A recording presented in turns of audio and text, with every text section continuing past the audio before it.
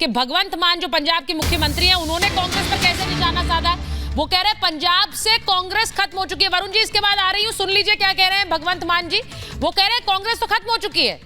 उन्होंने कहा आने वाले समय में बच्चे पढ़ेंगे कि एक थी कांग्रेस। ये कह रहे हैं भगवंत मान, एक थी कांग्रेस, ये पढ़ा जाएगा और ये पढ़ाया जाएगा बच्चों को।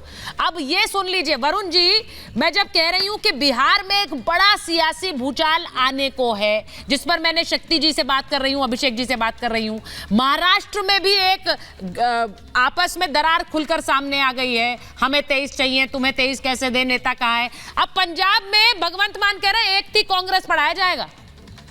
आपको तो उन्होंने वहां से रवाना कर दिया, खत्म है आप।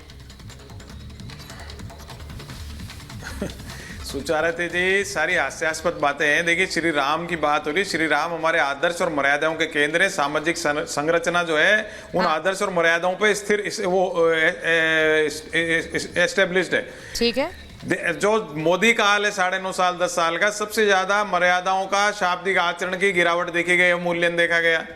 और राजनीतिकरण तो इनके, अगर चुनाव घोषणा पत्र में श्री राम का मंदिर का उल्लेख कर दिया तो उसी समय हो गया।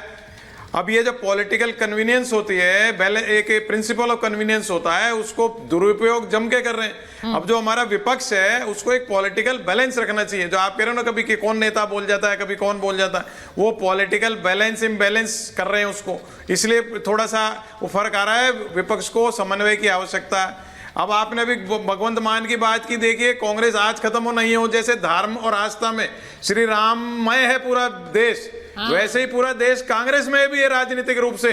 आज वहां भगवंत मान के पास भी 40-42 कांग्रेस के एमएलए, कांग्रेस पृष्ठभूमि के, भारतीय जनता पार्टी के भाई कांग्रेस पृष्ठभूमि के। तो कांग्रेस पार्टी तो पूरे देश में राजनीतिक रूप से कांग्रेस में। वरुण पुरोहित जी, कांग्रेस के आदमी लेके घूम रहे हैं। कोई आपकी सोच है या कोई सपना है इसके पीछे कि कभी कांग्रेस में फिर से होगा? एक समय था। नहीं, सपना क्यों है?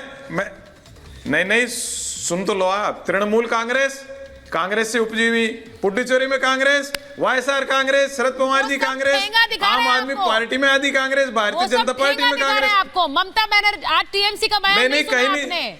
पीएम उम्मीदवार ममता बनर्जी है। ये जो आप याद दिला रहे हैं वो सब आपको ठेंगा दिखा रहे हैं। मैं उस पे भी आ रहा हूं। सुचारिता जी, आपने आरंभ में कहा महत्वाकांक्षा, तो महत्वाकांक्षा क्यों नहीं हो किसी की प्रधानमंत्री, खाली मोदी जी की हो। और 400 पार तो राजीव गांधी के जमाने में हो गए थे। इंदिरा जी 15 साल प्रधानमंत्री रही थी, तो क्या उन पे नहीं था श्री राम का आशीर्वाद? 400 पार राजीव गांधी के जमाने में? नहीं, मैं आपको बता रहा हूँ।